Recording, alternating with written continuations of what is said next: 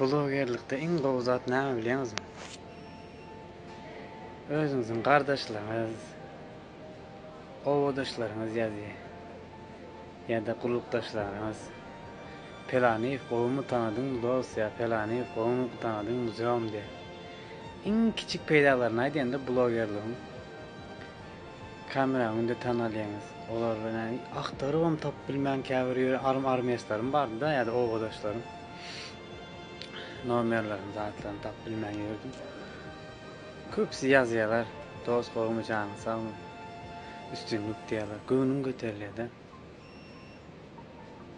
Şuňalak ýerde özüňiziň biznes planyňyz bar bolsa ýa bir stroýka diýen bolsaň stroýkadan başyňyz çykýan zatlaryny paýlaş gitseňiz, ene şu gardaşlaryňyz şoň ýaly iş etse, sizden başga adam tutmaýar.